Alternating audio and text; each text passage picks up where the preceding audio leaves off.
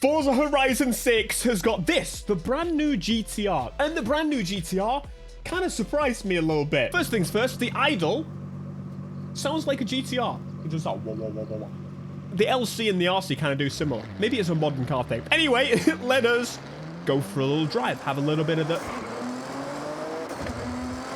It sounds like a GTR. It's kind of expected. Everything is so far pretty expected. This one is a 2024, and you might be surprised to know there's like 5 other R35 specifically in this game. This is the 2024 Nismo. We have got a 2020 Nismo. We've got the 2012 Black Edition and the 2017 R35 just standard.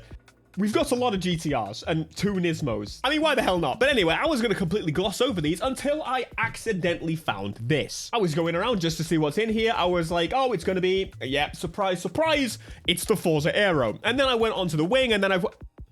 Huh? Yeah, that's a Liberty Walk right there. We've got a Liberty Walk wing on the GTR, which could only possibly mean one thing. There's more Liberty Walk. Anyway, you can also get the Swan Neck. The Swan Neck actually kind of suits this. It's fine. And you can remove the wing. Modern cars, the new Forza wing's fine. However, then I went over to the hood. I was like, oh, it continues. There is more Liberty Walk available. This could possibly only mean one thing. You don't just add a wing and a hood. No. You go and add a full body kit. That's right. Forza Horizon 6 has got a brand new Liberty Walk kit for the R35 GTR. It is insane, crazy, all over the place, wild. It brings me back to Need for Speed 2015. I'm not even going to touch anything else yet. I'm just going to install this. We need to try it. I want to see it in the world. Mate, look at this. Look at the tips, the burnt tips and everything. Oh, instantly makes it feel so much cooler. Like, look at this thing. Oh, and I also figured out a brand new feature in the game. I've re-enabled Anna. Can you see that? It's unheard of. If I place a route... Oh, it's already one step. Cool. You can enable auto drive mode and go into the cinematic... I was like, what the hell is that? The cinematic cam as it drives to the location. This is actually a really nice feature, by the way. I did not expect this. I assumed it was just going to be like a replay mode. But no, you can fully, at a decent pace, have the car auto... The camera's not great. Anyway, I'm going to now take over. That's actually really cool. I don't know if there's any point in just driving around, but hey, if there is and it gives you money, then there you go. Just you can just auto drive around now. Right, without further ado, we should do some extra upgrades on this thing because customization in this game, I need to show it to you. We need to see what's available for this GTR and if it actually is even worth them adding it to the game when they could have just put the kit on the other car, you know. They could have just done that. It's just a facelift. It's the final edition GTR, to be fair. It's the final edition. Let's start off with what's available for the engine swaps, because I'm likely not to do it, but we should find out. We've got a V10. Weirdly, a V10 does sound right for a GTR, but it does lose 48 horsepower, which is crazy. We can add 100 by going twin-turbo V8.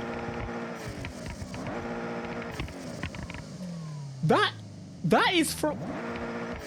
I think that's a brand new engine. That sounds like it's from that GR-GT. Anyway, we shall now throw on all the upgrades. Listen, it's the last of its kind. We gotta keep its soul in there. It's a trumpet machine. It deserves to say. What's this gonna sound like when we've put all these upgrades on, by the way? Have we got anti-lag? We've got anti-lag. We can get those race springs on there. Very nice. Anti-roll bars. On the wheels, we have got the semi-slicks. We've got the full slicks. We've got off-road, rally.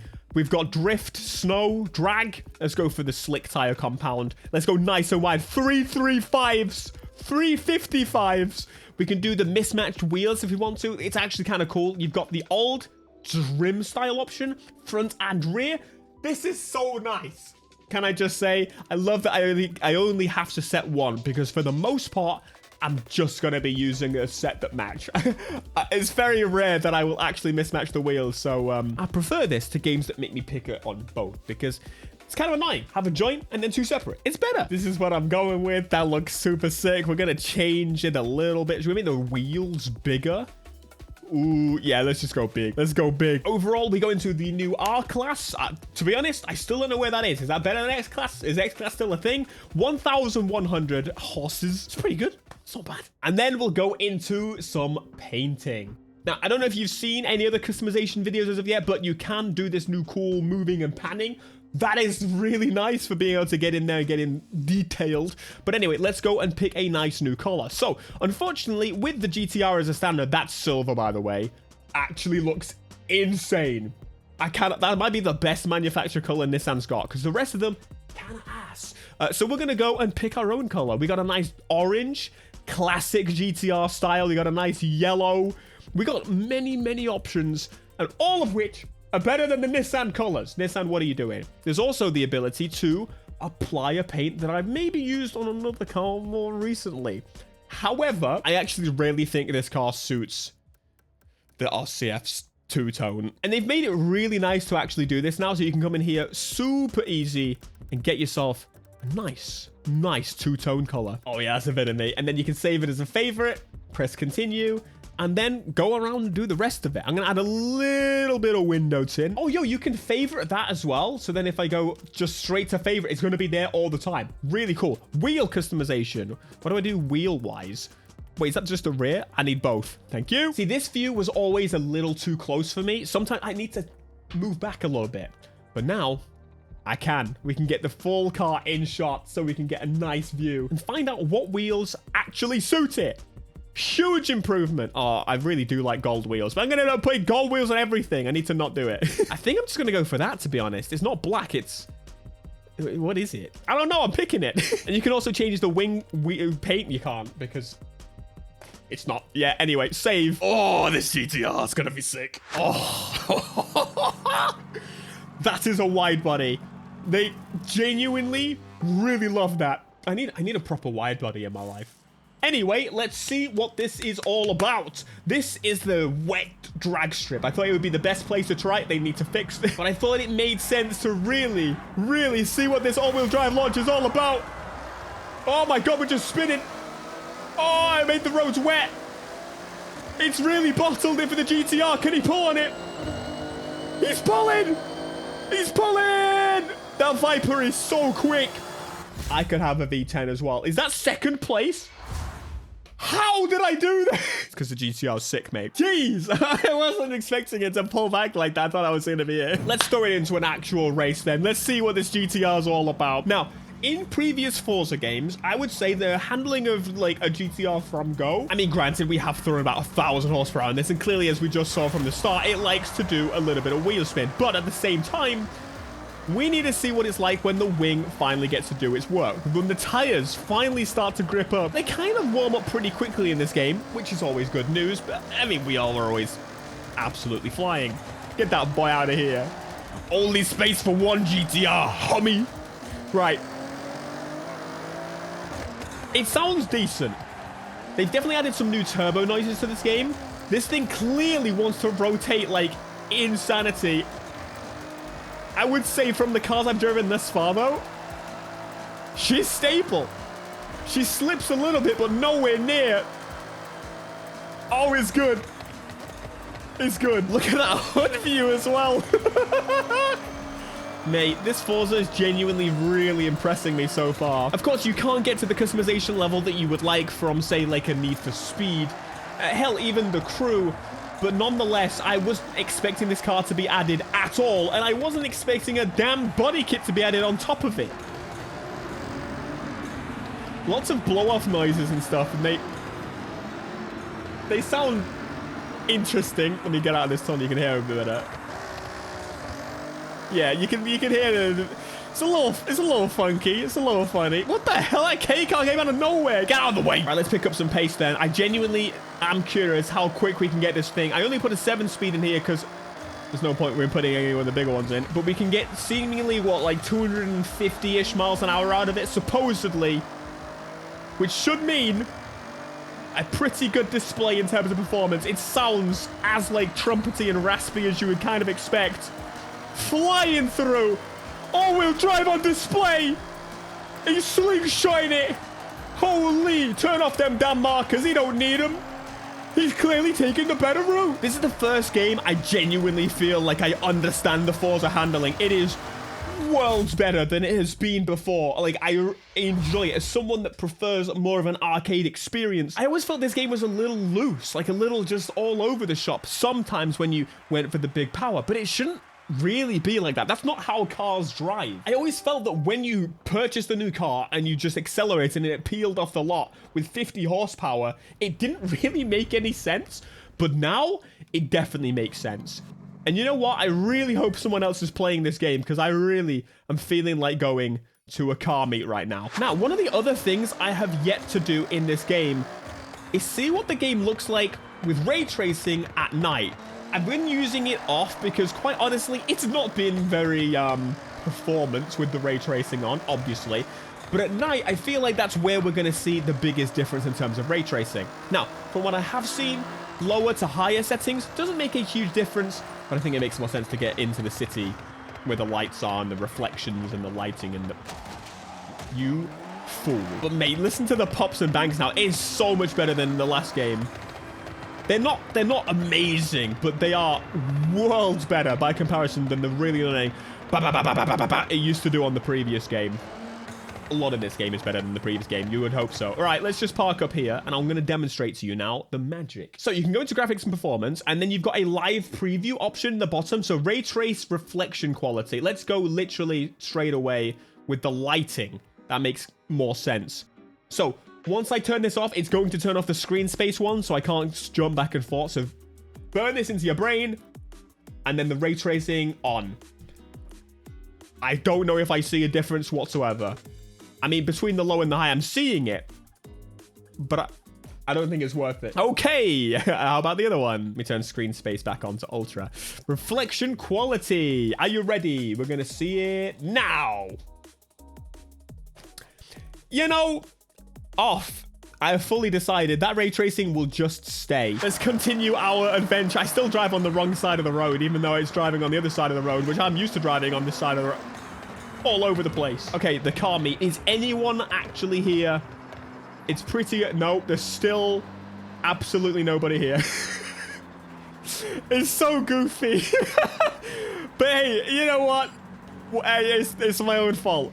It's my fault for playing early. All right, let's build this into something different now. We have tried it out with this engine, and now we'll try it out with, numbers-wise, a better engine. However, the reality is setting in. We are not going to see another GTR for a very long time. And that's kind of sad to think about. Like, I'm actually a little worried that the next one, when they finally do bring it to market, it's just going to be some, like, EV monstrosity weighing lots. Do we go with the V10 or the twin-turbo V8? According to this, speed will be greater. I'm kind of curious. Is that actually the... It sounds... It does really sound like the GRGT engine. And that's an... Is that... That's the LFA. You're making me choose between these three? Are you the most insane... But I don't know. I'm feeling a little worried about the new GTR when it eventually does happen. Eventually. One day. Just because of the pure performance, I'm going to go with this. We're gonna just... We're doing it. I feel like I need to do it. But also, I'm going to change out the kit and change out the things just a little bit, just to see what we're twerking with here.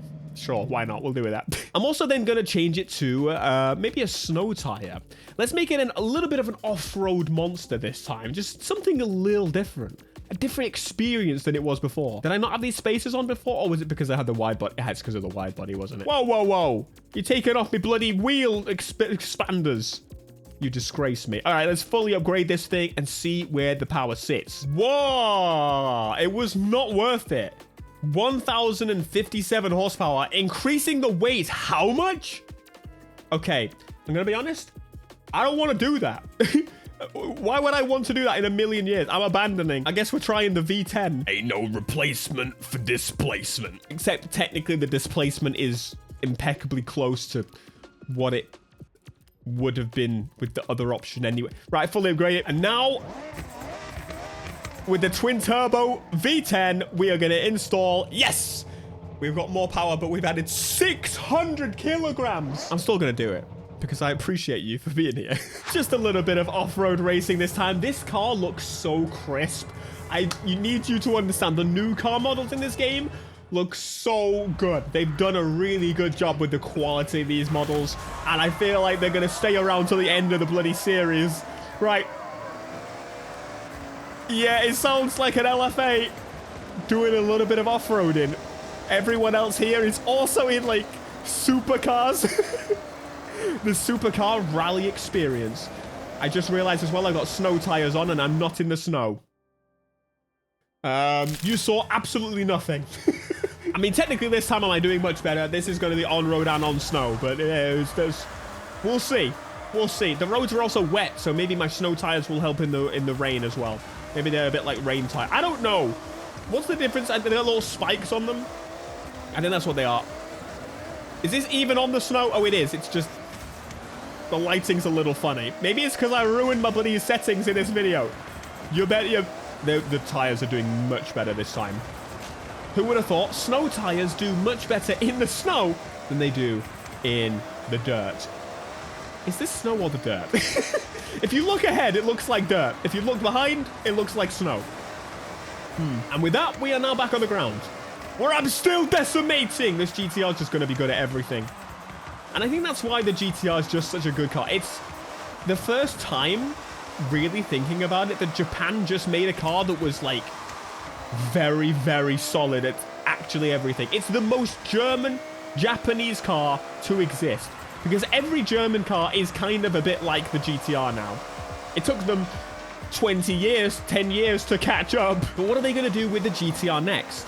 Like, for example, one of the big things about when the Supra returned after a little hiatus, a long time, people were confused as to why it doesn't compare and compete against the GTR still. Well, it's because the GTR changed class. The Nissan GTR is not the Skyline GTR. It was a completely different situation. So what are they going to do with the GTR? Is the next GTR going to be a bloody hypercar? But I mean, it's had multiple audiences, right? Everyone loved the GTR, and then streamers and YouTubers started liking the GTR, and then everyone went, never mind. But I think it's mostly we got bored of it because nothing had changed for so long in this car, and it needed to be refreshed.